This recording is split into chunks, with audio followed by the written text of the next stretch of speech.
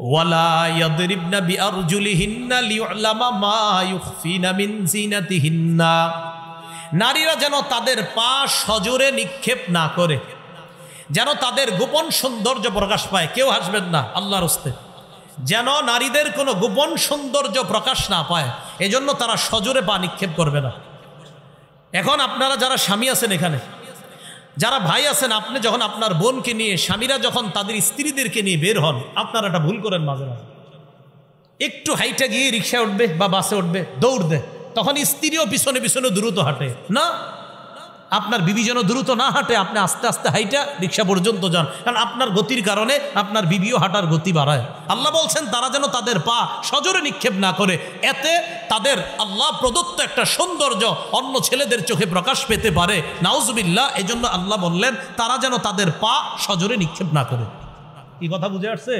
তো এই জন্য খুব সতর্ক থাকবো আমরা, যে আমাদের মা বোনদের হাঁটাটাও এটা খুব সতর্কতার সাথে, তাদের হাঁটা যেন দ্রুত না হয়। তাদের হাঁটা দ্রুত হবে। আপনি আর আপনার স্ত্রী আপনাদের বাসার ছাদে রাতের অন্ধকারে হাঁটছেন দুইজনে, কেউ দেখতেছে না, সেটা ভিন্ন কথা। এবার দেখেন, এই আয়াত থেকেও জানলাম মুখ ঢাকা লাগবে 31 নম্বর আয়াত থেকে। এবার আমরা কয়েকটা হাদিস শুনি মন দিয়ে। সহিহ বুখারীর বর্ণনা 4213 নম্বর হাদিস। আশা করি হাদিসটা মন দিয়ে যদি শোনেন সহজে বুঝে আসবে, চেহারা ঢাকতে হবে কিনা, কিন্তু শুনতে হবে পুরাটা। নবীজি বিয়ে করছে সফিয়া রাদিয়াল্লাহু তাআলা আনহাকে। হুয়াই ইবনে আখতাবের কন্যা, ইহুদিদের লিডার। কন্যার বাবা যেহেতু নেতা, তো সাহাবীরা, মুরব্বী সাহাবীরা পরামর্শ দিয়েছে, হুজুর একজন নেতার মেয়ে, তো তিনি যদি কোনো নেতৃস্থানীয় ব্যক্তির অধীনে থাকে ভালো হয়। কি বলতে চাও? হুজুর আমরা বলতে চাই তাকে আপনি বিয়ে করেন। নেতৃস্থানীয় ব্যক্তি আপনি, হুজুর আপনি হচ্ছে নেতৃস্থানীয়, পৃথিবীতে আর কে হতে পারে, আর সে একজন নেতার কন্যা, আপনি বিয়ে করলে তার মর্যাদা রক্ষা হবে। সফিয়া রাদিয়াল্লাহু তাআলা আনহাকে নবীজি বিয়ে করলেন। হযরত আনাস রাদিয়াল্লাহু তাআলা আনহুর বর্ণনা, তিনি বলেন আকামা রাসূলুল্লাহ সাল্লাল্লাহু আলাইহি সাল্লাম বাইনা খায়বার ওয়াল মাদিনা সালাসা লায়াল। রাসূলুল্লাহ সাল্লাল্লাহু আলাইহি সাল্লাম খায়বার এবং মদিনার মাঝে 3 রাত অবস্থান করলেন। ইবনা আলাইহি বি সফিয়া, হযরতে সফিয়ার সাথে বাসর রাত উদযাপনের জন্য। এখন বাসর রাত উদযাপনের পর অলিমা, বর্তমানে তো অলিমা হয় না, বর্তমানে বরযাত্রী হয়। কি হয়? বরযাত্রী। কথাটাই তো সুন্নাহের খেলাফ। বরযাত্রী আবার কি হবে? কন্যা যাত্রী।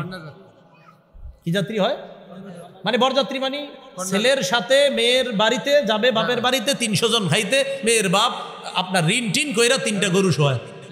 শরমের তো কথা নিয়া যাবে কন্যা যাত্রী, ছেলের বাড়িতে গিয়ে অলিমা খাবে। টোটাল উল্টা হয়ে গেছে। রেস্টুরেন্টে দেখার মাধ্যমে শুরু হয়, গায়ে হলুদের মাধ্যমে গুনাহটা বাড়ে, বিয়ের দিন হাজারো গুনাহের মাধ্যমে এই পবিত্রতা সম্পর্কটার সূচনা হয়। কিছুদিন পরে শোনা যায় স্বামী স্ত্রীর মধ্যে সম্পর্ক ভালো চলছে না। গজবের সূচনা তো আপনারাই করে দেন। বরযাত্রী না কন্যা যাত্রী? হ্যাঁ বরযাত্রী। আরে কি আজীব। বিয়ে হবে সুন্নত মোতাবেক, সাদা সিধা বিয়ে শেষ, পরে ছেলের বাড়ির দিকে সব খাইবেন, খালাস। পুরা টোটাল উল্টা। এখন রাসূল সাল্লাল্লাহু আলাইহি সাল্লামের অলিমা আর নবীজির অলিমা খাইতে সাহাবীরা খুব আগ্রহ, যে নবীজির বরকতি অলিমা। সফরের মধ্যে অলিমার আয়োজন করলেন। সফরে তো ভালো খাবার কি আর আয়োজন করবে। হযরত আনাস বলেন মা কানা ফিহা মিন খুবজিন ওয়ালা লাহমিন, রুটিও ছিল না, গোস্তও ছিল না। অলিমাতে 3টা আইটেম রাখা হয়েছে। সুবহানাল্লাহ। কয়টা? 3টা আইটেম। কি কি? নবীজি বললেন হযরত বেলালকে, আমারও বিলালান বিল আনতাই ফাবুসিতাত ফালকা আলাইহা তামরা ওয়াল আকিতা ওয়াস সামনা। হযরত বেলালকে বললেন দস্তরখান বিছানোর জন্য। হযরত বেলাল দস্তরখান বিছাইলেন। ওই দস্তরখানের উপর খেজুর, ঘি আর পনির রাখা হলো। রসুলের এই বিয়ের অলিমা যেন সাহাবীরা খেতে পারে, এই 3টা আইটেম দিয়ে হযরত আনাস সব মুসলমানদেরকে রসুলের অলিমা খাওয়ার জন্য দাওয়াত করলেন। যে আপনারা আসেন, আস্তে ধীরে আসেন, খেয়ে যান। তো সাহাবীরা সফরের মধ্যে তো আপনার অনেকে বাহনে থাকে, অনেকে হাইটা হাইটা সফর, অনেকে দূরে থাকে, অনেকে কাছে। তো আস্তে আস্তে যারা আসতেছে অলিমা খাইতে, একজন আরেকজনকে কয়, আচ্ছা এই যে হযরত সফিয়া রাদিয়াল্লাহু তাআলা আনহা, তিনি কি ইহদা উম্মাহাতিল মুমিনিন আও মিম্মা মালাকাত ইয়ামিনু, আচ্ছা তিনি কি আমাদের মা হবেন না তিনি কোনো দাসী? যেটা অনেক দূরে দূরে সাহাবীরা বলতে বলতে হয় আসলে দুইটা ভাবনার বিষয়, তিনি কি আমাদের মা, মুমিনদের মা হবেন নাকি দাসী হবে? এখন সাহাবারা জবাব দেয়, কয় শোনো, ইন হাজাবাহা, নবীজি যদি সফিয়াকে পর্দার আড়ালে রাখে তাহলে বুঝবো ফাহিয়া মিন ইহদা উম্মাহাতিল মুমিনিন, তিনিও অন্যান্য মাদের মতো আমাদের মুমিনদের একজন মা, নবীজির একজন সম্মানিতা বিবি। কোথায় রাখলে? পর্দায়। কোথায় রাখলে? পর্দায়। সাহাবীরাই বলতেছে ওয়া ইল্লাম ইয়াহজুবহা, যদি পর্দায় না রাখে তাহলে বুঝবো ফামিম্মা মালাকাত ইয়ামিনু, দাসী। ওই যুগে দাসীদের মুখ ঢাকা লাগতো না, তাহলে বুঝেন দাসীদের মুখ ঢাকা লাগতো না, তাই সাহাবীরা বলতেছেন যদি পর্দায় না রাখে তাহলে বুঝবো দাসী। আর মুখ ঢাকবো কাদের? সম্মানিতা বিবিদের। যদি নবীজি তাকে পর্দার আড়ালে রাখে তাহলে বুঝবো মুমিনদের আমাদের নতুন মা, নবীজির সম্মানিতা বিবি তিনি। এখান থেকে আপনারা কি বুঝতেছেন? নবীজি তার বিবিরে পর্দার ভিতরে শুধু শরীরটা রাখবে আর চেহারাটা খোলা। এবার নবীজি মদিনায় রওনা করলেন, ফালাম্মার তাহালা, মদিনায় রওনা করলেন, ওয়াত্তা লাহা খালফা। বুখারীর আরেকটা বর্ণনা আছে 5085 নম্বর হাদিস, সেখানে আছে ওয়াত্তা, আরেকটা বর্ণনা আছে ওয়াত্তা, এখানে একটা আছে আপনার বিল হামজা আর একটা বিলা হামজা, যেখানে বিল হামজা সেখানে ওয়াত্তা, আরেক যায় ওয়াত্তা, দুইটা বর্ণনা। তো এখানে আপনার 4213 নম্বরে আছে ওয়াত্তা আলাহা, আর 5085-তে আছে ওয়াত্তা লাহা খালফা। নবীজি সফিয়াকে তার বাহনের পিছনে বসাইলেন, বসানোর পর যেটা বলেন দেখেন, ওয়ামাদ্দাল হিজাব, পর্দা টেনে রাসূল সাল্লাল্লাহু আলাইহি সাল্লাম তার বিবিকে পর্দার আড়ালে বসিয়ে মদিনায় রওনা করলেন। সুবহানাল্লাহ। সাহাবীরা বুঝলেন তিনি আমাদের মা। সুবহানাল্লাহ। তাহলে কেমনে বুঝলেন? রসুল তার বিবিরে পর্দার আড়ালে নেওয়ার পর বুঝলেন তিনি আমাদের মা। যদি না নিতেন তাহলে বুঝতাম তিনি দাসী। মুখ ঢাকা লাগবে নি? না, মায়ের মতো তাই লাগবে না। আচ্ছা, এবার আরেকটা হাদিস শুনেন। রসুল সাল্লাল্লাহু আলাইহি সাল্লাম ইন্তেকাল করেছেন, খুব মন দিয়ে। আলেম ছাড়া অন্যদের মধ্যে কেউ বলেন তো রসুল কোন বিবির ঘরে ইন্তেকাল করছে? আলেম ছাড়া অন্য কেউ? মাশাআল্লাহ। আগে কে কইছে? মাশাআল্লাহ। ও, এটা মনে হয় শুনছে কোনো জায়গায় ওয়াজ। আচ্ছা ঠিক আছে, ঠিক আছে, না ঠিক আছে, আচ্ছা ঠিক আছে, না হাসি আমরা, আল্লাহ বরকত দান করুন। ঠিক আছে। দেখ, আম্মাজান আয়েশা রাদিয়াল্লাহু তাআলা আনহার ঘরে রাসূল সাল্লাল্লাহু আলাইহি সাল্লাম ইন্তেকাল করছেন। বাইহাকি শরীফ 7 নম্বর খণ্ড 117 নম্বর পৃষ্ঠা, দালাইলুন নবুওয়া, ইমাম বাইহাকি আনছেন সেখানে হাদিসটা, লম্বা হাদিস। রাসূলুল্লাহ সাল্লাল্লাহু আলাইহি সাল্লাম ইন্তেকাল করলেন। ইন্তেকাল করার পর নবীজি সাল্লাল্লাহু আলাইহি সাল্লামের দেহ মোবারকটা আম্মাজান আয়েশা সিদ্দিকার ঘরে তার খাটের উপরে, তখনও রসুলের দেহ মোবারক। দেখুন দিয়ে দেখেন, আম্মাজান আয়েশা সিদ্দিকার সম্পর্কে আবু বকর সিদ্দিকের কন্যা আবু বকর সিদ্দিক রাদিয়াল্লাহু তাআলা আন রসুলের ইন্তেকালের সংবাদ শুনে রসুল্লাহ সাল্লাল্লাহু আলাইহি সাল্লামের লাশ মোবারক বা দেহ মোবারক দেখার জন্য যখন আসলেন, আম্মাজান আয়েশার ঘরের সামনে দাঁড়িয়ে ফাস্তাজানা আবু বকরিন ফি বাইতি ইবনাতিহি আয়েশা, আবু বকর সিদ্দিক তার কন্যা আয়েশার ঘরে প্রবেশ করার অনুমতি চাইলেন। কি চাইলেন? অনুমতি চাইলেন। বাবা মেয়ের ঘরে ঢুকবে, অনুমতি চাইলেন। অনুমতি কেন চাইলেন? খুব মন দিয়ে বুঝলে আপনারা সহজে বুঝবেন এবং অন্যদেরকে জবাব দিতে পারবেন। আবু বকর সিদ্দিককে আম্মাজান একটু পরে বললেন, জি আব্বা এখন আসতে পারেন, অনুমতি আছে। আবু বকর সিদ্দিক যখন ঢুকলেন, ওয়ান নিসা ও হাওলা, নবীর অন্য বিবিরাও নবীর দেহ মোবারকের পাশে ছিলেন। আবু বকর সিদ্দিক ঢুকার আগেই ফাস্তাতারনা মিন আবি বকরিন, সব বিবিরা পর্দার আড়ালে চলে গেলেন, নিজেদেরকে ঢেকে নিলেন। ইল্লা মা কানা মিন আয়েশা, আয়েশা নিজের চেহারা ঢাকলেন না। কেন? অন্য বিবি নবীদের যেই অন্য বিবিগণ, তাদের সাথে আবু বকর সিদ্দিকের পর্দা ফরজ, তাই মুখ ঢেকে নিলেন। আম্মাজান আয়েশা আবু বকর সিদ্দিকের কন্যা, তাই মুখ ঢাকেন নেই। সুবহানাল্লাহ। এই মুখ পর্দা নি? জি। আরে মুখ পর্দা নি? তো নবীর বিবিগণ উম্মতের কি হয়? মা। তো আবু বকর সিদ্দিক রাদিয়াল্লাহু তাআলা আনহুর মারা কেন পর্দা করলেন? বুঝলেন? আবু বকর সিদ্দিক রাদিয়াল্লাহু তাআলা মারা পর্দা করলেন না? আরে ওয়াজওয়াজুহু উম্মাহাতুহুম, তাহলে ওয়াজওয়াজুহু উম্মাহাতু, তাহলে নবীজির বিবিগণ আমাদের মা, আবু বকর সিদ্দিকেরও মা। তো আবু বকর সিদ্দিক রাদিয়াল্লাহু তাআলা আনহুর মাগণ তার থেকে পর্দা করলেন, নবীর বিবি আয়েশা ছাড়া। কথা হলো আবু বকর সিদ্দিকের মা, হ্যাঁ এই মা এমন মা না যেই মার সাথে পর্দা করা যাবে না। এই জন্য মনে রাখবেন যে আমি শিক্ষক তোমার বাবার মতো, অমুকে তোমার ভাইয়ের মতো, অমুকে তোমার উকিল বাবার মতো, অমুকে তোমার ধর্ম বাবার মতো। হ্যাঁ, উকিল বাপ উকিল, ধর্ম বাপ ধর্ম, আধ্যাত্মিক পিতা আধ্যাত্মিক, আপন বাপ আপন, অন্য বাপ, সব পর্দা ফরজ। অন্য বাপের কাছে কি ফরজ? পর্দা ফরজ। কি কয়? আমি তোমার আব্বার মতো, পর্দা ফরজ। না না, এইভাবে না বলা, বুঝবে ইনশাল্লাহ বুঝবে, দেখবেন বুঝে ফিরে আসবে আশা করি।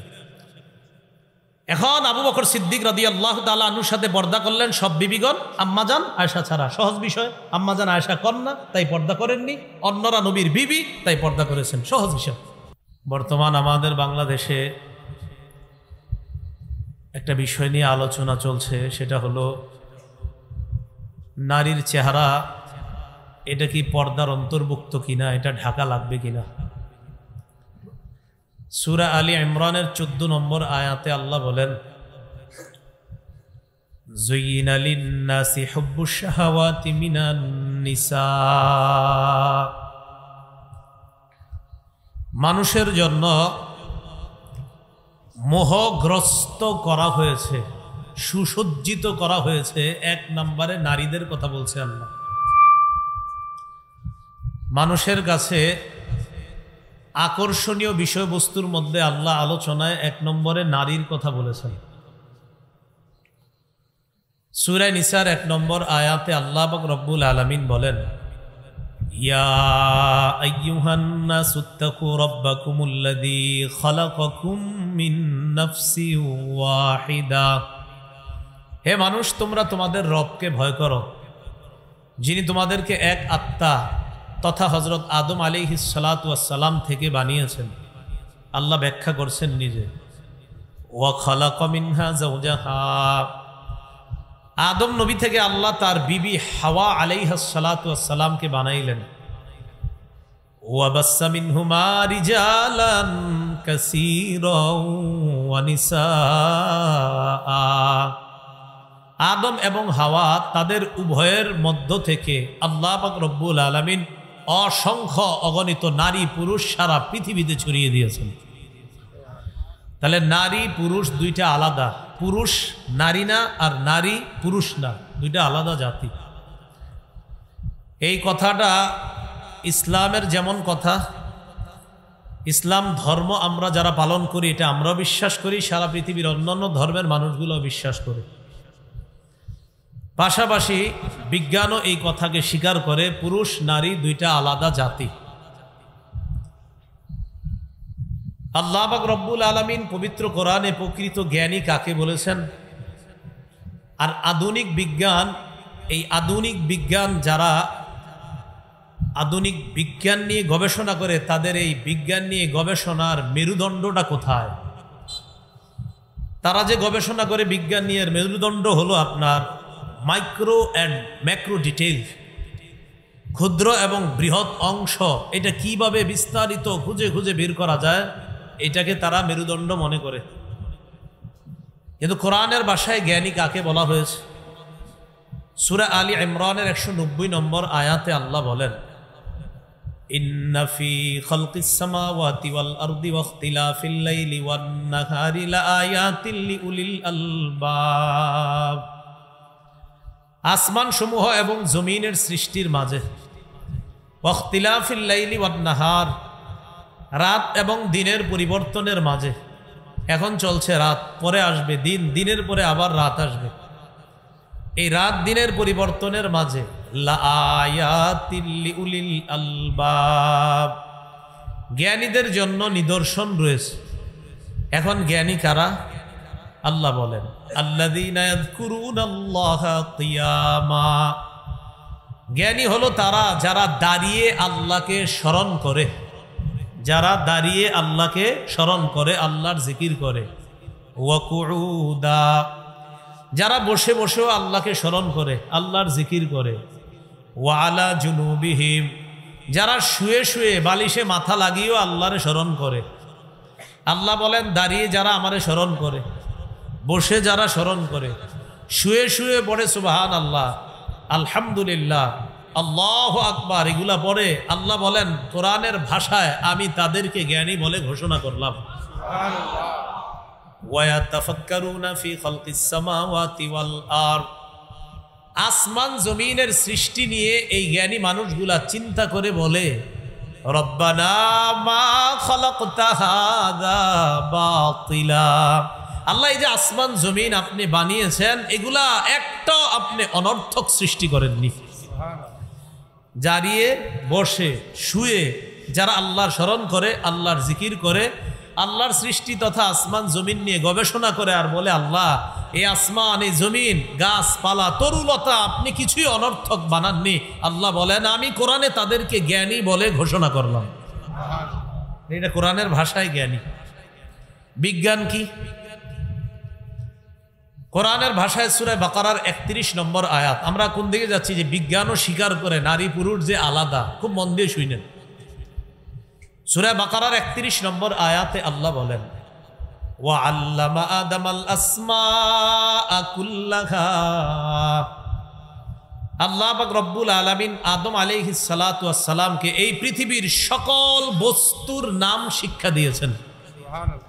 বলেন তো কি বললাম? সকল বস্তু। বলেন সকল এই বস্তু অংশটা মনে রাখেন। সকল বস্তুর নাম কি বল? সকল বস্তুর নাম।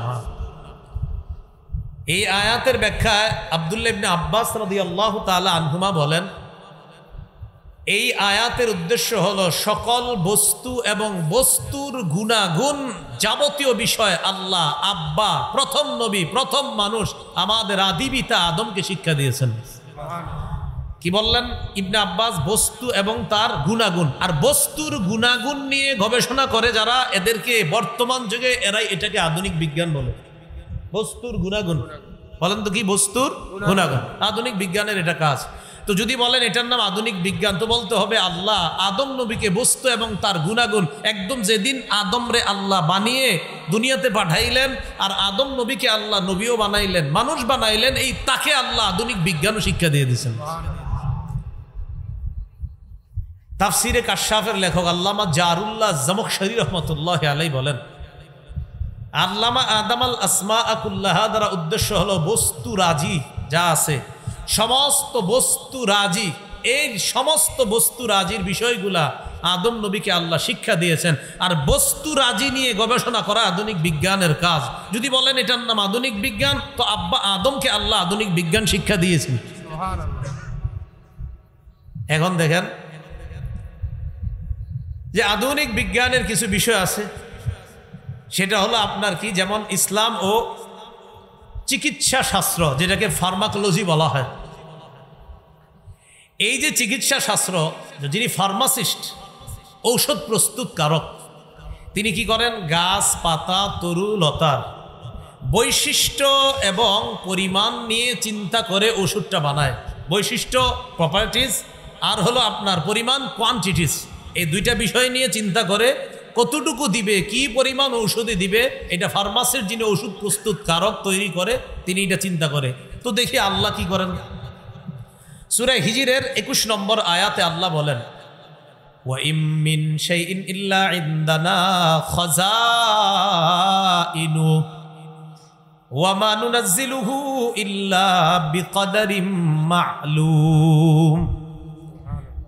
সারা পৃথিবীর সব কিছুর খাজানা আমি আল্লাহর কাছে। গাছপালা, তরু লতা, চিকিৎসা বিজ্ঞানে তোমরা যা গবেষণা করে ঔষধ বানাও, কি পরিমাণ আর কি বৈশিষ্ট্য হবে, সব খাজানা আমার কাছে।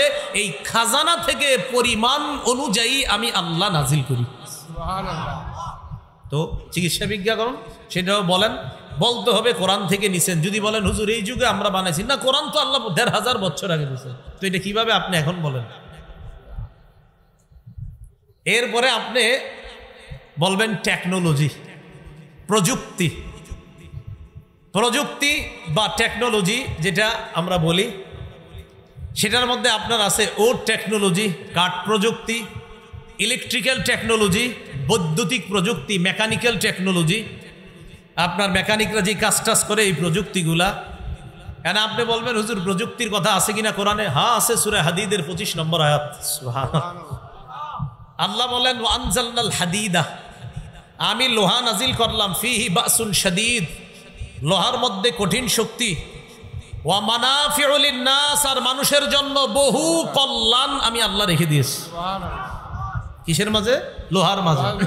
আচ্ছা, এবার স্টিল টেকনোলজি, যেটা ইস্পাত প্রযুক্তি। সারা পৃথিবীতে বর্তমানে তারা এগিয়ে যারা ইস্পাত প্রযুক্তিকে কাজে লাগাচ্ছে, এটা স্টিল টেকনোলজি। আল্লাহ পাক রব্বুল আলামিন সূরা সাবার মধ্যে বলেন, ওয়া আল্লানা লাহুল হাদিদ, আমি দাউদ আলাইহিস সালাতু ওয়াস সালামের জন্য লোহাকে নরম করে দিলাম, এমন নরম করে দিলাম সূরা আম্বিয়ার ৮০ নম্বর আয়াতে আল্লাহ বলেন, ওয়া আল্লামনাহু সানআতা লাবুসিল লাকুম, আমি দাউদ আলাইহিস সালাতু ওয়াস সালামকে শিক্ষা দিলাম তোমাদের বর্ম তৈরি করার কারুকার্য আর পদ্ধতি, কিভাবে লোহা দিয়ে বানাবে, এই বিদ্যা আমি দাউদ নবীর শিক্ষা দিয়ে দিছি। যেই যুগে আল্লাহ লোহা দিছে ওই যুগে তারা শুধু মনে করতো এটা দ্বারা তরবারি হয়। এখন গবেষণা করতে করতে আল্লাহ পাক রব্বুল আলামিন বলেন যে এখন তোমরা গবেষণা করতে করতে এগিয়ে যাচ্ছ, কিন্তু আমার সৃষ্টি যেটা আমি এত হাজার বছর আগে করলাম সেটা নিয়ে গবেষণা করেই কিন্তু তোমরা আগাচ্ছ। যদি কৃতিত্ব দিতে হয় তো আমার রবকে দিতে হবে। ইলেকট্রিক্যাল টেকনোলজি, যেটা আপনার বৈদ্যুতিক প্রযুক্তি, দেখেন আপনি যত প্রযুক্তি বলবেন সব এরা গবেষণা করতেছে কোত্থেকে? আল্লাহ খনিজ পদার্থের কথাও কোরআনে বলছেন। তো সেখান থেকে আপনি এটা, এরপরে জিওলজি, প্রাণীবিদ্যা, হ্যাঁ এটা নিয়ে পরে অনেকে। সূরা গাশিয়ার ১৭ নম্বর আয়াত, খতিব সাহেবরা প্রায় জুমার দ্বিতীয় রাকাতে এই আয়াত সূরাগুলা পড়ে। আপনার সূরা গাশিয়াটা প্রায় দ্বিতীয় রাকাতে পড়ে দেখবেন, আফালা ইয়ানজুরুনা ইলাল ইবিলি কাইফা খুলিকাত, তারা কি ওটের দিকে দেখে না কিভাবে এই ওটকে সৃষ্টি করা হয়েছে? জিওলজি বা প্রাণীবিদ্যা যারা এটা নিয়ে পড়াশোনা করে তাদের কাজ, তারা চিন্তা ভাবনা করে জিরাফের গলা লম্বা কেন, আরেকটার গলা ছোট কেন, ওটের পা এত লম্বা কেন, গরুর পা এটার তুলনামূলক আরেকটার চেয়ে বেশি কম কেন, এটা নিয়ে চিন্তা করে। তো আল্লাহ তো বলেই দিয়েছেন, এরা কি ওটের দিকে লক্ষ্য করে না? ওট নিয়ে গবেষণা করে না যে এটা কিভাবে বানানো হলো? যদি বলেন প্রাণীবিদ্যা আমাদের আবিষ্কার, না, রব 1500 বছর আগে বলছে ওটের দিকে চিন্তা করে দেখো না এটা কিভাবে বানাইলাম। অতএব প্রাণীবিদ্যার কৃতিত্ব যদি দিতে হয় আমার রবকে দেন। এটা জিওলজি। এরপরে আসেন যেটা ছাত্ররা পড়াশোনা করেন আপনারা, কেমিস্ট্রি, ফিজিক্স, এ তো রসায়নবিদ্যা আর পদার্থবিদ্যা। আচ্ছা, রসায়নবিদ্যার কাজ কি? সকল বস্তুর অংশ ও উপাদানের কার্যকারিতা সম্পর্কে জ্ঞান লাভ করা, উপলব্ধি লাভ করা। ফিজিক্সের কাজ কি? কোন বস্তুর কার্যকর শক্তির সুশৃঙ্খল অধ্যয়ন করা, এটা ফিজিক্সে আপনারা এটা করেন। যাই হোক, তো রসায়ন যেটা কেমিস্ট্রির কাজ কারবার, এই রসায়ন বিদ্যা এটা নিয়ে যদি আমরা গবেষণা করেন, এখন ছাত্রদেরকে আপনি পড়াইতেছেন বসে বসে রসায়ন বিদ্যা, কথার কথা। এখন রসায়ন বিদ্যা পড়াচ্ছেন আর সামনে একদল পর্দানিসীন মেয়ে বসা আর বললেন, শোনো আমি তোমাদের বাবার মতো, তোমরা আমার মেয়ের মতো, তোমাদের মুখ ঢাকতে হবে না। আর আমি পড়াচ্ছি কি কথার কথা? রসায়ন বিজ্ঞান। রসায়ন বিজ্ঞান বলছে নারীদের মধ্যে সৃষ্টিগতভাবে আল্লাহ একটা অ্যাসিড দিয়েছে বা অম্ল দিয়েছেন, পুরুষদের মধ্যে আল্লাহ জন্মগতভাবে একটা অ্যালকালি দিয়েছে তাদের মধ্যে। নারীদের এই অ্যাসিডিকের কারণে, অম্লের কারণে তারা টকের প্রতি বেশি আসক্ত হয়। পুরুষদের মধ্যে ওই অ্যালকালি বেশি থাকার কারণে তারা মিষ্টির প্রতি বেশি আসক্ত হয়।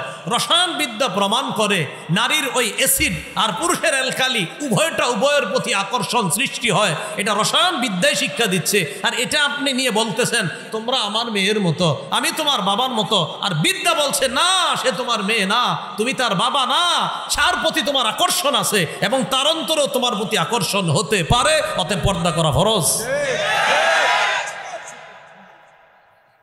তো আপনি পড়াচ্ছেন রসায়ন বিদ্যা, সেটা আপনাকে বলছে দুইজনের আলাদা আকর্ষণ আছে। তো আপনি আকর্ষণ আছে, এটা তো আপনার বিদ্যা আপনাকে বলে দিচ্ছে। এখন কোরআন বললাম না রসায়ন বিদ্যার কথা, এটা বিদ্যা বলে দিচ্ছে। হ্যাঁ, এবার কোরআনে রসায়ন বিদ্যার কথা আছে কিনা এটা হলো কথা। সূরা ইউনূসের 101 নম্বর আয়াতে আল্লাহ বলেন, উনজুরু মা ফিস সামাওয়াতি ওয়াল আরদ, আসমান জমিনের মধ্যে কি রহস্য নিহিত আছে এগুলা নিয়ে তোমরা গবেষণা করো। এটা আল্লাহ পাক রব্বুল আলামিন বলে দিয়েছেন। আলোচনাগুলা এতটুকু বুঝে থাকলে আপনারা বলেন, কোরআন সুন্নাই শুধু পর্দা করতে বলে? কোরআন সুন্নাই কি শুধু বলছে যে নারী পুরুষের প্রতি আলাদা আকর্ষণ আছে আর পুরুষের প্রতি নারীর আকর্ষণ, এটা কোরআন সুন্নাই শুধু বলছে না আপনার বিজ্ঞানও বলছে? বিজ্ঞানও বলছে। এটা বুঝে থাকলে আমাদের এই কথা স্পষ্ট হয়ে গেল যে দুই জাতি একদল আরেক দলের প্রতি আকর্ষণ সৃষ্টি হওয়া, এটা জন্মগতভাবে, এটা স্বভাবগতভাবে। অতএব এই বিষয়টা আমরা সকলে মেনে নিব। আমরা ইসলাম ধর্ম যারা বিশেষ করে পালন করি, চাই আমি মাদ্রাসায় পড়ি, স্কুল কলেজ ইউনিভার্সিটি যেখানে পড়ি, অন্তত এটা স্বীকার করব এক শ্রেণীর প্রতি আরেক শ্রেণীর আকর্ষণ যেহেতু আছে, এই জন্য উভয় শ্রেণীকে আল্লাহ পর্দার বিধান দিয়েছেন। সুবহানাল্লাহ। এখন কোরআন কি বলে দেখি আমরা। সূরা আহজাবের 36 নম্বর আয়াতে আল্লাহ বলেন, ওয়ামা কানা লিমুমিনিন ওয়ালা মুমিনাতিন ইযা কাদাল্লাহু ওয়া রাসূলুহু আমরান আইয়াকুনা লাহুমুল খিয়ারাতু মিন আমরিহিম। কোন মুমিন পুরুষ আর কোন মুমিনা নারীর জন্য উচিত না আল্লাহ আর তার রাসূল কোন সিদ্ধান্ত দেওয়ার পর তাদের এটা গ্রহণ করা না করার ইচ্ছাধিকার থাকাটা উচিত না। আবার বলছি, আল্লাহ সিদ্ধান্ত দিছে, নবী দিছে, কোনো মুমিন নারী পুরুষের জন্য এই স্বাধীনতা নাই আমি এটা গ্রহণ করতেও পারি নাও পারি না। মুমিন নারী পুরুষ আল্লাহ আর তার নবীর সিদ্ধান্ত গ্রহণ করতেই হবে। ইচ্ছাধিকার নেই যে আমার ইচ্ছা আমি কি করব না করব না। না, যদি বলেন আমি ইমানদার, যদি বলেন আমি ইমানদার পুরুষ, আমি ইমানদার নারী, আল্লাহ বলছেন তাহলে তুমি এই অধিকার নাই, আমি ফায়সালা দিয়েছি, আমার নবী সিদ্ধান্ত দিয়েছে, আর তুমি বলবা আমি গ্রহণ করতেও পারি নাও করতে পারি। আল্লাহ কয় না, এই স্বাধীনতা নাই। আমার সিদ্ধান্ত আর আমার হাবিবের সিদ্ধান্ত, যদি ইমানদার হও তোমাকে মেনে নিতে হবে। এটা বললেন, এটা সূরা আহজাবের 36।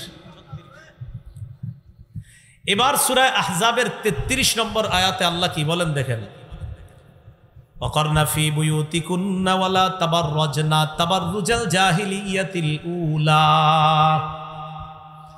নবীর বিবিদের মাধ্যমে সারা পৃথিবীর নারীদেরকে, একটু সবাই মন দিয়ে শুনেন, আমাদের ছাত্র সমাজ যারা আছেন স্কুল কলেজেরও আপনারা মন দিয়ে শুনেন, আশা করি বিষয়গুলো ভবিষ্যতে আপনাদের সমস্যা হবে না। একটু মন দিয়ে শুনেন।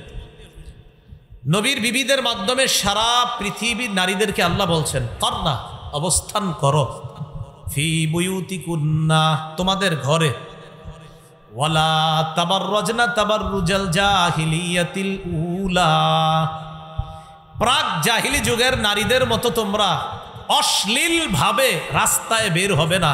এই সিদ্ধান্তটা আল্লাহর। কার বলেন? আল্লাহ। তাহলে মুমিন নারীদেরকে আল্লাহ একটা সিদ্ধান্ত দিচ্ছেন, তোমরা ঘরে থাকবা, জাহিলি যুগের নারীদের মতো তোমরা রাস্তায় বের হবে না, এটা আল্লাহ সিদ্ধান্ত দিলেন। এমন কথা হলো, আমাদের মা বোনরা তো প্রয়োজনে বাহিরে যাবে, পাসপোর্ট, আইডেন্টি কার্ড, জন্ম নিবন্ধন, উমরা, হজ, এটার জন্য তারা বাহিরে যেতে হবে। তো বাহিরে যাওয়ার সময় আল্লাহ বলছে জাহিলি যুগের মতো যাবে না। হ্যাঁ, তাহলে কিভাবে যাবে? জাহিলি যুগের মতো আল্লাহ বের হইতে নিষেধ করছে। এখন প্রশ্ন, হুজুর তাহলে কিভাবে যাবে? এই জবাব আল্লাহ সূরা নিসা, সূরা আহজাবের 59 নম্বর আয়াতে দিচ্ছেন। আল্লাহ বলেন, ইয়া আইয়ুহান নাবিয়্যু কুল লিআজওয়াজিকা ওয়া বানাতিকা ওয়া নিসাইল মুমিনিনা ইউদনিনা আলাইহিন্না মিন জালাবিবিহিন্না। হে নবী, আপনি বলেন লিআজওয়াজিকা, আপনার বিবিদেরকে, ওয়া বানাতিকা, আপনার কন্যাদেরকে, ওয়া নিসাইল মুমিনিনা, মুমিনদের নারীদেরকে। আমাদের নারী মানি আমাদের মা, আমাদের বোন, আমাদের বিবি, আমাদের কন্যা। মুমিনদের নারীদেরকে আপনি বলুন, ইউদিনিনা, তারা যেন টেনে নেয়, আলাইহিন্না, নিজেদের উপর, মিন জালাবিবিহিন্না, পর্দার কিছু অংশ, চাদরের কিছু অংশ তারা যেন নিজেদের উপর টেনে নেয়। তো আল্লাহ পাক রব্বুল আলামিন বললেন, নবী আপনি বলেন আপনার বিবিদেরকে, আপনার কন্যাদেরকে, মুমিনদের নারীদেরকে তারা যেন চাদরের কিছু অংশ নিজেদের উপর টেনে নেয়। খুব মন দিয়ে বুঝেন, চাদরের কিছু অংশ নিজেদের উপর টেনে নেয়, এর দ্বারা কি উদ্দেশ্য?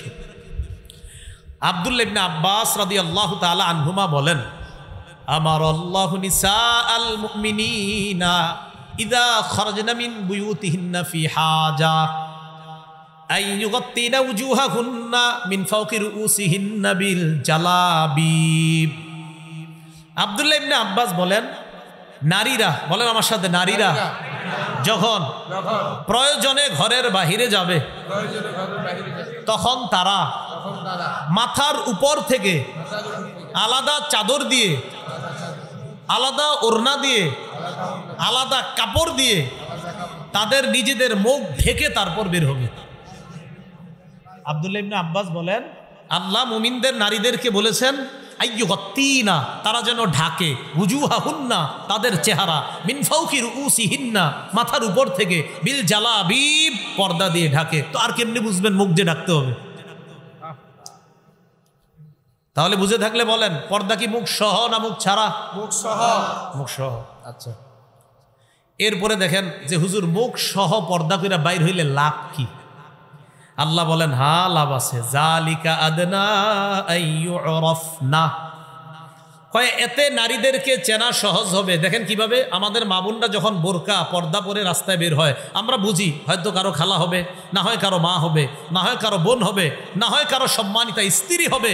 আল্লাহ কয় যখন চেনা যাবে সে একজন সম্মানিতা নারী, ফালা ইউযাইনা, তখন তারে আর টিজ করা হবে না, উত্তক্ত করা হবে না। ফালা ইউযাইন, টিজ করা হবে না। মানব বন্ধন করছেন যে ইফ টিজিং বন্ধ করুন। ইফ মানে বুঝেন, আপনি যে লেখছেন ইফ, শুধু একটু লেখেন, টিজ বন্ধ করুন, ইফটা লেখেন না। ইফটা লেখার আগে একটু বুঝে শুনে লেখেন। আল্লাহ বলছেন নারীদেরকে যখন চেনা যাবে সে একজন সম্মানিতা পবিত্র নারী, পর্দানিশীন নারী, ফালাই উজাইন, তাকে উত্তক্ত করা হবে না। আল্লাহ আমার কথাগুলা বুঝার তৌফিক দান করেন। ইব নিয়ে আমি কি বুঝাতে চাই এটা শিক্ষিত সমাজ ভালো করে বুঝবে। একটু ডিকশনারিটা খুইলেন যে ইব মানে কি। আচ্ছা এবার যাই সূরা আহজাবের 53 নম্বর আয়াতে। এই আয়াতটা মন দিয়ে ভালো করে বুঝেন। নবীর সাহাবীদেরকে মাঝে মাঝে নবীজি প্রয়োজনে নবীর বিবিদের কাছে পাঠাইতেন, মানে আমাদের আম্মাজানদের কাছে, উম্মুল মুমিনিনদের কাছে। যাও তোমার ওই আম্মাজানের কাছে গিয়ে বলবা ওই জিনিসটা প্রয়োজন দিতে বলবা। তো বিবিরা ঘরের ভিতরে আস। আল্লাহ বলেন ওয়াইদা সালতুমুহুন্না মাতাআন ফাসআলুহুন্না মিন ওয়ারাই হিজাব, তোমরা যখন তাদের কাছে প্রয়োজনীয় কিছু চাও পর্দার আড়াল থেকে চাও। এখন আপনাদের দৃষ্টিতে কি পর্দা এটা যে আম্মাজানরা ভিতরে আছে আর মাথাটা এমনি বের করে রাখছে? কন্যাকা হ্যাঁ, আল্লাহ বলছেন সাহাবায়ে কেরামদেরকে তোমরা যখন কিছু চাও পর্দার আড়াল থেকে চাও। তার মানে কি আম্মাজানরা পর্দার ভিতরে, শরীরটা আর মুখটা বাহিরে? তো কেন এই সহজ বিষয়টা কেন বুঝেন না? যখন প্রয়োজনীয় কিছু চাও ফাসআলুহুন্না, চাও তাদের থেকে, মিন ওয়ারাই হিজাব, পর্দার আড়াল থেকে চাও। আল্লাহ কয় এতে কি হবে যদি পর্দার এপাশ থেকে চাও? যালিকুম আতহারু লিকুলুবিকুম ওয়া কুলুবিহিন্না, এতে তোমাদের আর তাদের অন্তরের পবিত্রতার কারণ হবে। এই বিষয়টা আমি আল্লাহ উভয়ের অন্তরের পবিত্রতার কারণ হিসাবে এই মাঝের পর্দাটাকে ঘোষণা করলাম। সুবহানাল্লাহ। তাহলে মাঝে পর্দা রাইখা এই পাশে পুরুষ ও পাশে নারী, আর প্রয়োজনীয় কোনো কথা বলা এইভাবে বললে, এবং নারীরা বলতে হবে আবার কর্কশ ভাষায়, আপনার নরম ভাষায় না। তো আল্লাহ বলেন উভয়ের পবিত্রতার কারণ বলে ঘোষণা করলাম এই পর্দার দুপাশে উভয় শ্রেণী থাকাটা। আমি আল্লাহ উভয়ের কলবের পবিত্রতার ঘোষণা করলাম। এটা বুঝছেন নি সবাই? আচ্ছা সূরা নূরের 31 নম্বর আয়াত দেখি এবার আল্লাহ কি বলেন দেখেন। আল্লাহ পাক রব্বুল আলামিন বলেন ওয়াকুল্লিল মুমিনাতি ইয়াগদুদনা মিন আবসারিহিন্না, নবী আপনি মুমিন নারীদেরকে বলেন তারা যেন দৃষ্টি নিচে রাখে। আমাদের অনেক মা বোনরা ওনারা মনে করে শুধু পুরুষ নজর নিচে রাখবে না, নারীরাও নজর নিচে রাখবেন, মা বোনরাও নজর নিচে রাখবেন। এখন আপনাদের উচিত ইউটিউবে যাদের বয়ান এদেরকে না দেখে এদের বয়ান শোনা, এটা উচিত আপনাদের। এটা আবার হঠাৎ কি বললাম? উচিত হলো মোবাইলটা আলাদা রাখে আপনারা বয়ান শোনা। না হয় যদি কোনো মা বোন কমেন্ট করে হুজুরের ঠোঁটটা আজকে সুন্দর, হুজুরের চেহারাটা সুন্দর লাগতেছে, মানে কি? হ্যাঁ এটার মানে কি? এই কমেন্টের মানে কি? হুজুরের পাঞ্জাবিটা আজকে সুন্দর, ওনার চেহারাটা আজকে খুব ভালো লাগতেছে, এই কমেন্টের মানে কি? এই জন্য উচিত মা বোনদের আপনারা ভিডিও অন্য জায়গায় রাইখা এরপরে বয়ানটা শোনা, এটা উচিত। আল্লাহ বলছেন নারীদেরকে বলেন তারাও যেন তাদের দৃষ্টি নিচে রাখে। রাসূল সাল্লাল্লাহু আলাইহি সাল্লাম তার দুই বিবি নিয়ে বসা, উম্মে সালামা আর মাইমুনা রাদিয়াল্লাহু তাআলা আনহুমা। ইতিমধ্যে রাসূলের অন্ধ সাহাবী আসছে আব্দুল্লাহ ইবনে উম্মে মাকতুম রাদিয়াল্লাহু তাআলা, যিনি নবীজির মুয়াজ্জিন ছিলেন। নবীজির বিখ্যাত মুয়াজ্জিনের নাম কি? বেলাল। আরেকজন ছিলেন আব্দুল্লাহ ইবনে উম্মে মাকতুম রাদিয়াল্লাহু তাআলা। এই আব্দুল্লাহ ইবনে উম্মে মাকতুম ওই সাহাবী, নবী যখন উহুদের যুদ্ধে গিয়েছিলেন আব্দুল্লাহ ইবনে উম্মে মাকতুমকে মসজিদে নববীর ইমাম বানায়া গেছেন। এই অন্ধ সাহাবী আসছে, আসার পর নবীর দুই বিবি বসা। নবীজি কয় কি ব্যাপার, পর্দা করো? হুজুর উনি তো অন্ধ। নবীজি কয় আফা আমিয়া ওয়ানে আনতুমা, তোমরা দুইজন অন্ধ?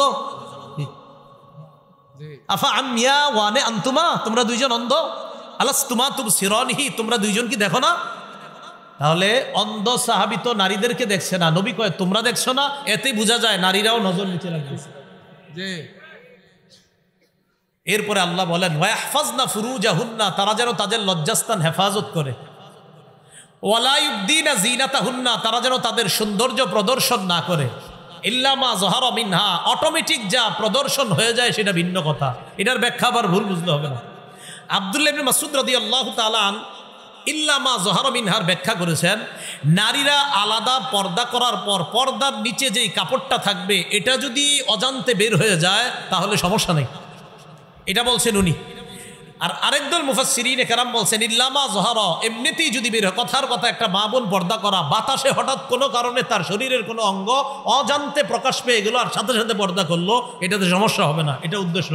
অনেকে এটা দ্বারা ডাইরেক্ট বলতে চায়, না চেহারা খোলা রাখা যাবে। চেহারা খোলা রাখলে ছেলে বিয়ে করাইতে গেলে আবার মায়ার চেহারা দেখেন কেন? আর হ্যাঁ, চা স্টলের কোনায় দেখাই দিবেন, এই মায়াটা পছন্দ হইলে কও বিয়ে করাই দিস, আলাদা বাড়িতে যান কেন? কি ঠিক হাদিস আসতেছে, এটাই যে সঠিক, এটাও আসবে। মুসনাদে আহমদের হাদিস আসবে 5 নম্বর খণ্ড 424 নম্বর পৃষ্ঠা, অপেক্ষা থাকেন, শেষে বলতিস। রাসূলুল্লাহ সাল্লাল্লাহু আলাইহি সাল্লামের বিবিদেরকেও বললেন নজর নিচে রাখতে। আবার আল্লাহ পাক রব্বুল আলামিন বললেন যা প্রকাশ পায় তা ছাড়া অন্য কোনো সৌন্দর্য প্রকাশ না করা। ইবনে মাসউদ কয় এটার দ্বারা উদ্দেশ্য পর্দার নিচে যে আরেকটা কাপড় থাকে এটা যদি অজান্তে প্রকাশ পায় সমস্যা নাই। আরেকদল মুফাসসিরিনে কেরাম বলেন অজান্তে যদি কোনো অংশ প্রকাশ পেয়ে যায় সাথে সাথে ঢেকে নেয় তাহলে এটা কোনো সমস্যা নাই, এটা উদ্দেশ্য। এরপরে আল্লাহ সূরা নূরের 31 নম্বর আয়াতের আরেক অংশে বলেন ওয়ালিয়াদরিবনা বিখুমুরিহিন্না আলা জুয়ুবিহিন্না, অর্থ তারা যেন মাথার ওড়না দিয়ে তাদের গ্রীবা এবং বক্ষ ঢেকে নেয়। তারা যেন মাথার ওড়না দিয়ে তাদের গ্রীবাদেশ বক্ষদেশ ঢেকে নেয়। এই আয়াতের ব্যাখ্যায় আম্মাজান আয়েশা সিদ্দিকা রাদিয়াল্লাহু তাআলা আনহা কি বলেন দেখেন। আচ্ছা, আম্মাজান আয়েশা সিদ্দিকা তিনি একজন কি নারী, তিনি কি ব্যাখ্যা করেন দেখেন। সহিহ বুখারী হাদিস নাম্বার 4758 নম্বর হাদিস, মোট হাদিস সংখ্যা হবে 7563টা। এই হাদিসের মধ্যে আম্মাজান আয়েশা সিদ্দিকা রাদিয়াল্লাহু তাআলা আনহা বলেন ইয়ারহামুল্লাহু নিসাআল মুহাজিরাতিল উয়াল লাম্মা আনজালাল্লাহ ওয়ালিয়াদরিবনা বিখুমুরিহিন্না আলা জুয়ুবিহিন্না শাক্কাকনা মুরুতাহুন্না ফাখতামারনা বিহা। আম্মাজান আয়েশা সিদ্দিকা রাদিয়াল্লাহু তাআলা আনহা বলেন আল্লাহ যখন এই আয়াতটা নাজিল করেছেন নারীরা যেন তাদের মাথার ওড়না দিয়ে তাদের গ্রীবা এবং বক্ষদেশ ঢেকে নেয়, তখন নারীরা নতুন করে আবার পর্দা ব্যবস্থা করতে হবে। তো পর্দা ব্যবস্থা করার আগে নগদ আল্লাহর হুকুম তো পালন করতে হবে, কারণ নগদ তো বাহিরে যাওয়া দরকার। আর নারীরা কি করবে? আম্মাজান বলেন শাক্কাকনা মুরুতাহুন্না, নিজেদের চাদর সাথে সাথে ছিঁড়ে ফেলছে আল্লাহর হুকুম বাস্তবায়ন করার জন্য। ফাখতামারনা বিহা, এই ছেঁড়া অংশ দিয়ে মুখ ঢাইকা আল্লাহর হুকুম পালন করার জন্য নগদ মুখ ঢাইকা এরপরে রাস্তায় বের হইছে। এটা হলো ওয়ালিয়াদরিবনা বিখুমুরিহিন্না আলা জুয়ুবিহিন্না। এরপরে আল্লাহ কি বলে দেখেন ওয়ালা ইয়াদরিবনা বিআরজুলিহিন্না লিউলামা মা ইউখফিনা মিন জিনাতিহিন্না, নারীরা যেন তাদের পা সজোরে নিক্ষেপ না করে, যেন তাদের গোপন সৌন্দর্য প্রকাশ পায়। কেউ হাসবেন না আল্লাহর হস্তে, যেন নারীদের কোনো গোপন সৌন্দর্য প্রকাশ না পায়, এজন্য তারা সজোরে পা নিক্ষেপ করবে না। এখন আপনারা যারা স্বামী আছেন, এখানে যারা ভাই আছেন, আপনি যখন আপনার বোনকে নিয়ে, স্বামীরা যখন তাদের স্ত্রীদেরকে নিয়ে বের হন, আপনারা একটা ভুল করেন মাঝে মাঝে। একটু হাইটা গিয়ে রিক্সায় উঠবে বা বাসে উঠবে, দৌড় দেয়, তখন স্ত্রীও পিছনে পিছনে দ্রুত হাঁটে না। আপনার বিবি যেন দ্রুত না হাঁটে, আপনি আস্তে আস্তে হাইটা রিক্সা পর্যন্ত যান, কারণ আপনার গতির কারণে আপনার বিবিও হাঁটার গতি বাড়ায়। আল্লাহ বলছেন তারা যেন তাদের পা সজোরে নিক্ষেপ না করে, এতে তাদের আল্লাহ প্রদত্ত একটা সৌন্দর্য অন্য ছেলেদের চোখে প্রকাশ পেতে পারে, নাউজুবিল্লাহ। এজন্য আল্লাহ বললেন তারা যেন তাদের পা সজোরে নিক্ষেপ না করে। কি কথা বুঝে আসছে? তো এই জন্য খুব সতর্ক থাকবো আমরা যে আমাদের মা বোনদের হাঁটাটাও এটা খুব সতর্কতার সাথে, তাদের হাঁটা যেন দ্রুত না হয়। তাদের হাঁটা দ্রুত হবে। আপনি আর আপনার স্ত্রী আপনাদের বাসার ছাদে রাতের অন্ধকারে হাঁটছেন, দুইজনে কেউ দেখতেছে না, সেটা ভিন্ন কথা। এবার দেখেন এই আয়াত থেকেও জানলাম মুখ ঢাকা লাগবে 31 নম্বর আয়াত থেকে। এবার আমরা কয়েকটা হাদিস শুনি মন দিয়ে। সহিহ বুখারীর বর্ণনা 4213 নম্বর হাদিস। আশা করি হাদিসটা মন দিয়ে যদি শোনেন সহজে বুঝে আসবে চেহারা ঢাকতে হবে কিনা, কিন্তু শুনতে হবে পুরাটা। নবীজি বিয়ে করছে সফিয়া রাদিয়াল্লাহু তাআলা আনহাকে।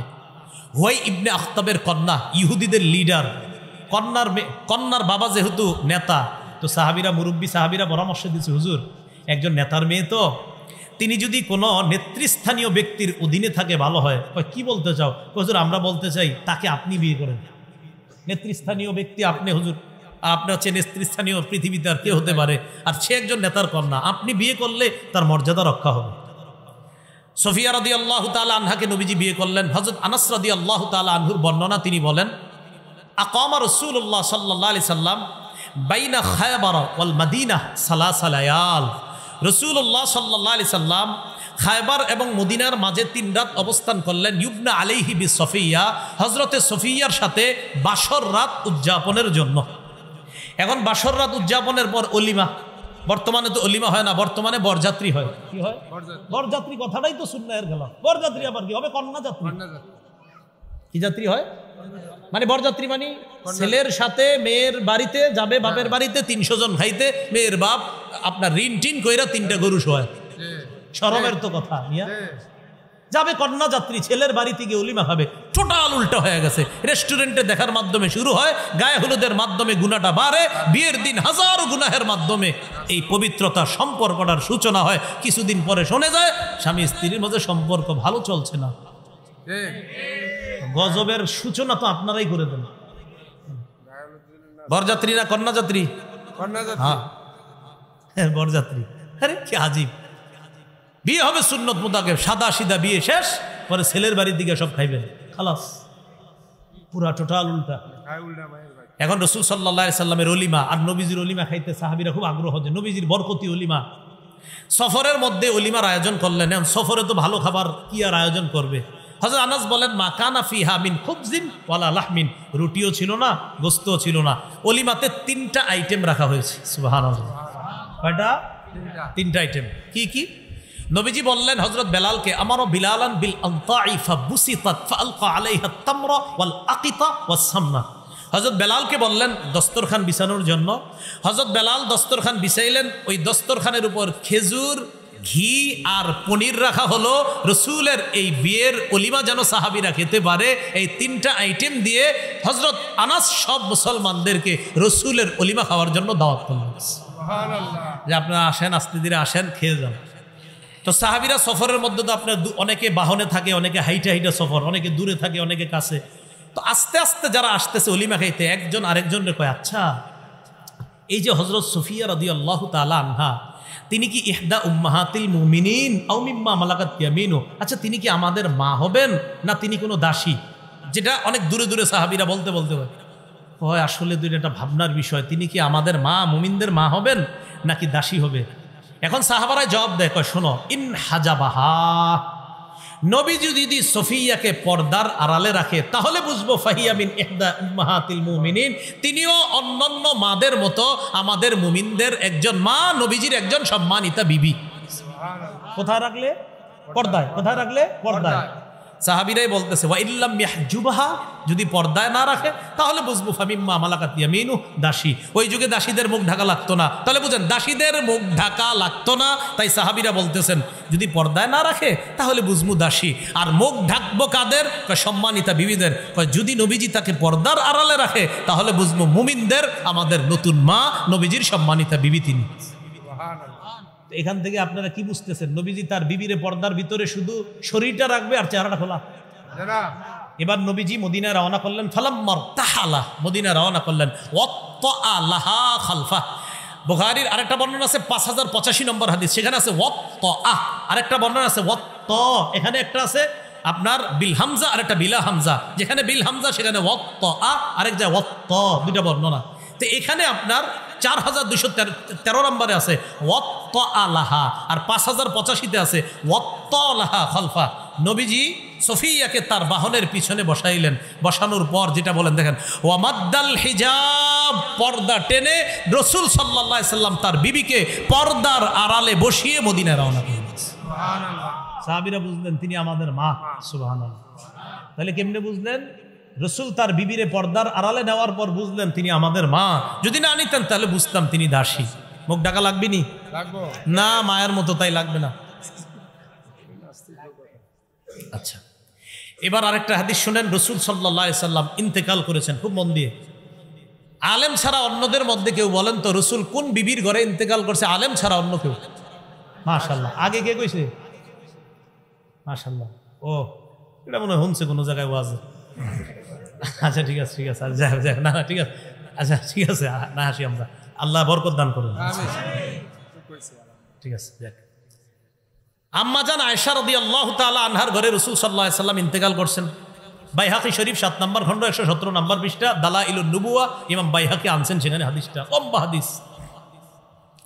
রাসূলুল্লাহ সাল্লাল্লাহু আলাইহি সাল্লাম ইন্তেকাল করলেন।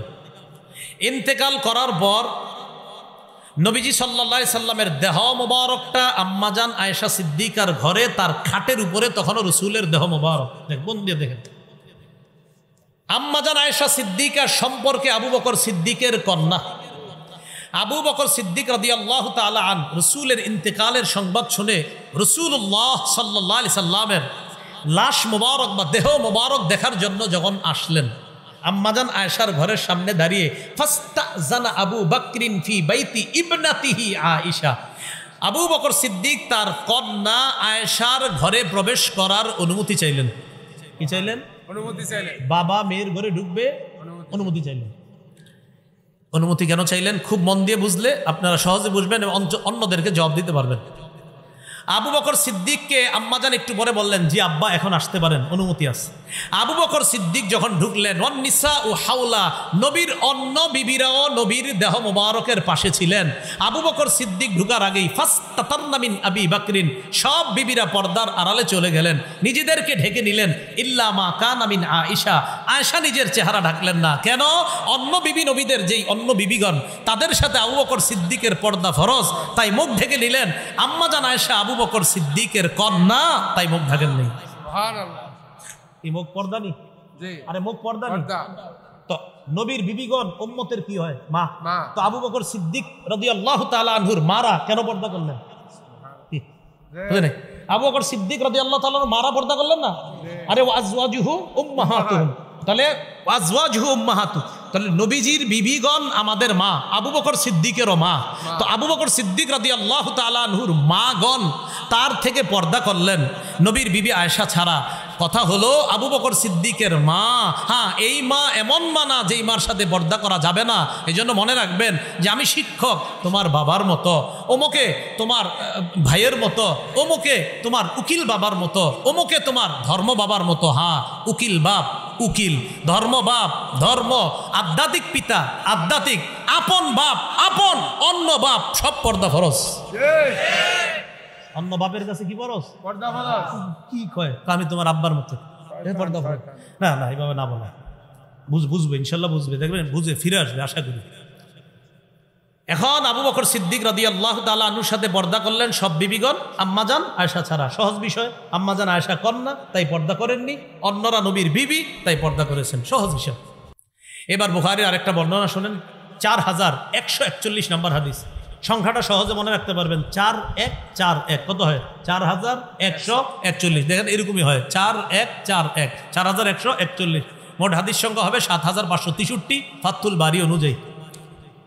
এই হাদিসের মধ্যে আসছে আম্মাজান আয়েশা সিদ্দিকা রাদিয়াল্লাহু তাআলা আনহার বর্ণনা, লম্বা হাদিস। আম্মা জানের ব্যাপারে মুনাফিকরা একটা মিথ্যা অপবাদ দিছিল, বলেন নাউজুবিল্লাহ, যে ব্যাপারে আল্লাহ কোরআনে 10টা আয়াত নাজিল করছেন। তো আম্মাজান বলেন, আমি সফরের মধ্যে যখন আমার হার হারিয়ে ফেললাম, আমার হার তালাশ করতে গিয়ে আমি যখন হারটা পাইলাম, পাওয়ার পর আইসা দেখি কাফেলার লোকগুলা নাই, চলে গেছে। আমি টেনশনে আছি, কি করবো এখন, বইসা রইছি একা একা, আশেপাশে কেউ নাই।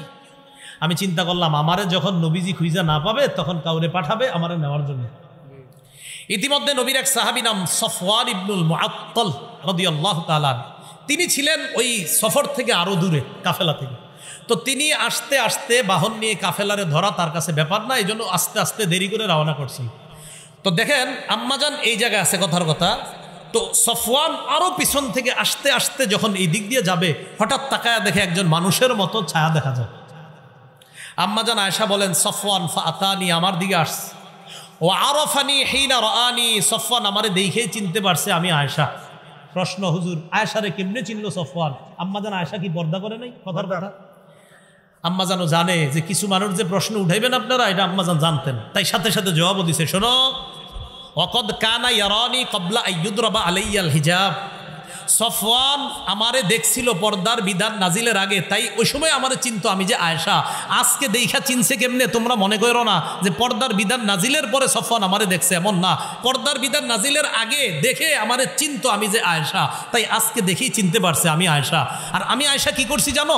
যেই মাত্র সফওয়ান পড়ছে ইন্না লিল্লাহি ওয়া ইন্না ইলাইহি রাজিউন, আমি জাগ্রত হয়ে যখন সফওয়ানকে দেখলাম, খুব দেখেন কি কয় আম্মাজান, খাম্মারতু, একটু সবাই শিখেন না, বলেন খাম্মারতু ওয়াজহি বিল জিলবাব, বলেন খাম্মারতু ওয়াজহি বিল জিলবাব, বলেন আমার সাথে, আমি আমার চেহারা চাদর দ্বারা, ওড়না দ্বারা, পর্দা দ্বারা সাথে সাথে ঢেকে ফেললাম।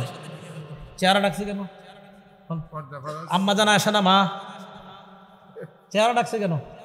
হ্যাঁ, তাহলে কি বোঝা যায়? চেহারা সহ পর্দা না ছাড়া?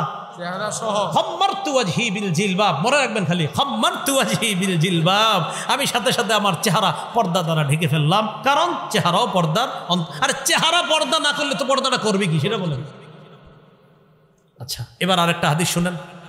মুসনাদে আহমদ 1784 নম্বর হাদিস, আব্বাস রাদিয়াল্লাহু তাআলা আনহুর বর্ণনা, তিনি বলেন দাখালতু আলা রাসূলিল্লাহি সাল্লাল্লাহু আলাইহি ওয়াসাল্লাম ওয়া ইনদাহু নিসাউহু ফাস্তাতারনা মিন্নি ইল্লা মাইমুনা। আব্বাস রাদিয়াল্লাহু তাআলা আনহু বলেন, আমি আল্লাহর রাসূলের কাছে গেলাম, আমার ভাতিজা মুহাম্মদ সাল্লাল্লাহু আলাইহি সাল্লামের কাছে গেলাম। যাওয়ার পর তখন আমার ভাতিজার সামনে তার সব বিবিরা ছিল। যেই মাত্র আমি গেলাম, যাওয়ার পর ফাস্তাতারনা মিন্নি, সবাই আমার থেকে পর্দা করলো, ইল্লা মাইমুনা, তার বিবি মাইমুনা পর্দা করে নাই। কেন?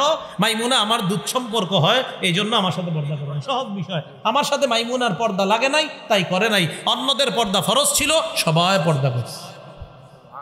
আচ্ছা, এবার আসেন আবু দাউদ শরীফের 2057 নম্বর হাদিস, আম্মাজান আয়েশা সিদ্দিকা কি বলে, মজার হাদিস, দেখেন কি বলে। দাখালা আলাইয়া আফলাহ ইবনু আবিল কুআইস, আমার কাছে আফলাহ নামে এক ব্যক্তি আসছে। আম্মাজান আয়েশা বলেন, আমার ঘরে অপরিচিত একজন মানুষ ঢুকার সাথে সাথে ফাস্তাতারতু মিনহু, আমি সাথে সাথে পর্দার আড়ালে চলে গেলাম, নিজেরে পর্দার ভিতর নিলাম। পর্দার উপাস থেকে ওই আফলাহ বলে, আতাস্তাতিরিনা মিন্নি ওয়া আনা আম্মুক, আয়েশা তুমি আমার থেকে পর্দা করছো কেন? আমি তো তোমার চাচা, আমি তোমার চাচা, তুমি আমার সাথে পর্দা করো কেন? আম্মাজান আয়েশা ভিতর থেকে বললেন, মিন আইনা, আপনি আবার কেমনে চাচা হন আমার? আমি তো কোনোদিন দেখিনি আপনারে, বুঝলেন? আফলাহ জবাব দিলেন, আর দাআতকি ইমরাআতু আখি, আমার ভাইয়ের বিবি তোমাকে দুধ পান করিয়েছে, সেই হিসাবে আমার ভাবি তোমার দুধ মা, আমার ভাই তোমার দুধ বাবা, আমি তোমার দুধ চাচা। আল্লাহ জানে, বুঝছেন? আমার ভাইয়ের বউ তোমারে দুধ পান করাইছে, সেই হিসাবে আমার ভাইয়ের বিবি তোমার দুধ মা, ভাই দুধ বাবা, আমি দুধ চাচা। আম্মাজান আয়েশা একটা জবাব দিছে, তিনি তখনও মাসালাটা জানতেন না, এই জন্য জবাব দিছে কি, ফাইন্নামা আরদাআতনিল মারআ ওয়া লাম ইউরদি'নির রাজুল, আমারে দুধ খাওয়াইছে মহিলা, পুরুষ তো না। আম্মাজান এটা বললেন। ফাদাখালা আলাইয়া রাসূলুল্লাহ সাল্লাল্লাহু আলাইহি সাল্লাম, ইতিমধ্যে রাসূল সাল্লাল্লাহু আলাইহি সাল্লাম ঘরে আসছে। আসার পরে ফাহাদ্দাসতুহু, আমি নবীজির পুরো বিষয়টা বললাম, হুজুর এক লোক আয়েশা কয় নাকি আমার চাচা, আমি পর্দা করব না ওর সাথে। তখন নবীজি বলে, আয়েশা ইন্নাহু আম্মুকি, হ্যাঁ আসলে তোমার চাচা, ফাল্লালি জালে কি, সে তোমার দুধ চাচা হয়, এটা কোনো সমস্যা না আয়েশা, আসলে সে তোমার চাচা। তো আম্মাজান বলছেন, ও আচ্ছা, মা ইয়াহরুমু মিনান নাসাব ইয়াহরুমু মিনার রিদা মা ইয়াহরুমু মিনান নাসাব, আপনার বংশীয় কারণে যাদের সাথে আপনার পর্দা করা লাগে না, দুধের সম্পর্কের কারণেও তাদের সাথে পর্দা করা লাগে না। তো নবীজি বললেন, হ্যাঁ আয়েশা সে তোমার চাচা। এই হাদিস বলা পুরাটা উদ্দেশ্য না, আমার উদ্দেশ্য শুধু এটা, অপরিচিত লোকটা দেখা আম্মাজান পর্দার আড়ালে কেন গেলেন? ফরজ নি তো আম্মাজান পর্দার আড়ালে গিয়ে মুখটা বাইরে রাখছে নাকি পুরাটা পুরো শরীর ঢেকে রাখছে? হ্যাঁ, পর্দা কি মুখ সাহা না মুখ সহ? মুখ সহ। আল্লাহ জানে বুঝছে কিনা, আলেম ছাড়া অন্যরা বুঝছেন নি, আল্লাহ বুঝার তৌফিক দান করেন। আচ্ছা, এবার মুসনাদে আহমদের একটা হাদিস শুনি আমরা, 5 নম্বর খণ্ড 424 নম্বর পৃষ্ঠা।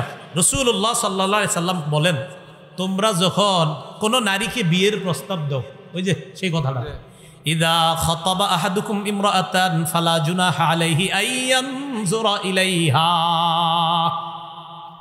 তোমাদের কেউ যখন কোনো মেয়েকে বিয়ের প্রস্তাব দেয়, ওই ছেলের জন্য এই মেয়েটাকে দেখা কোনো গুনাহ না। আবার বলছি, তোমাদের কেউ যখন কোনো মেয়েকে বিয়ের প্রস্তাব দেয়, তখন এই মেয়েটাকে দেখা ছেলেটার জন্য গুনাহ না। আবার বলছি, বিয়ের প্রস্তাব দিলে দেখা গুনাহ না, তাহলে বিয়ের প্রস্তাব ছাড়া দেখা গুনাহ। প্রস্তাব দিছো বলেই তো মেয়ের মা বাবা ফোন দিবে যে আপনারা আসতে পারেন, যে দেখতে পারেন। তো রাসূল বলছেন, প্রস্তাবকৃতা মেয়েটাকে শুধু দেখতে পারবা সময়ের জন্য, ক্ষণিকের জন্য, তাকে দেখা তোমার জন্য বৈধ করা হয়েছে। এর মানে প্রস্তাব দিয়েছো বলে, তার বাবা ফোন দিয়েছে বলে তুমি তাকে দেখতে গিয়েছো, তাই তোমার দেখা সেদিন গুনাহ হবে না, সেটা বৈধ। তো বলেন, প্রস্তাব ছাড়া এমনি এখানে সেখানে চিপায় চুপায় দেখা গুনাহ।